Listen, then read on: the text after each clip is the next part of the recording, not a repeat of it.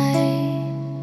Sau thời gian đôi ta đắp say, anh tìm kiếm mọi lý do để rời xa, còn em chỉ mong anh sẽ thứ tha. Nhưng anh không em, anh chỉ cần rời xa. Em biết thật rồi, anh đã yêu anh. Rồi thời gian qua anh lặng thinh, đôi ta không gặp nhau.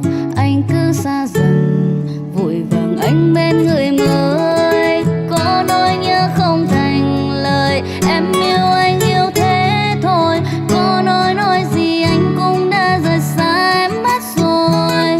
Em biết cố gắng chỉ là thừa, anh cũng đâu có muốn nghe, vì cảm giác của em với anh đâu còn nữa. Em muốn nói hết nỗi lòng này, câu ca em muốn hát lên. Mỗi khi nhớ về anh em lại viết thêm bài hát buồn. Em đã đau đớn nhiều rồi người ơi, anh có hiểu em phải làm sao?